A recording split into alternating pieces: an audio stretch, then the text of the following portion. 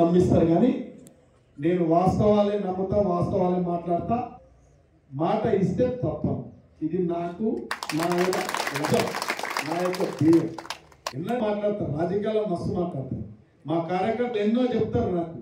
నేను చెప్పేదే చెప్తా, చేసేదే చెప్తా. చెప్పినంటే అయిపోతుంది. మొండిగా ఎంత ప్రవర్తించినా కాబట్టి మీరందరూ కూడా లేనప్పుడు వాస్తవానికి ఏదో వైపు కొందరు చేయడానికి చేసింది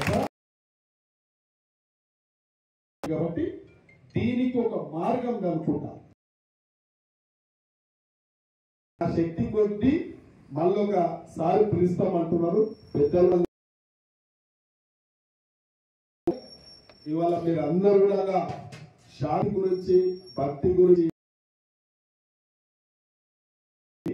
మీ యొక్క భక్తి మార్గంలో మీ భాగస్వాములు కావడానికి దాంట్లో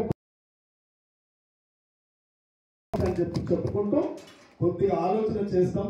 దీని ఒక కార్యక్రమం ఏ రకంగా శ్రీకారం చుట్టి ఇది గ్రామ పెద్దలతో కూడా మళ్ళీ ఒకసారి కరుణాకరణ దగ్గర గుళ్ళలో కూర్చుందాం. నా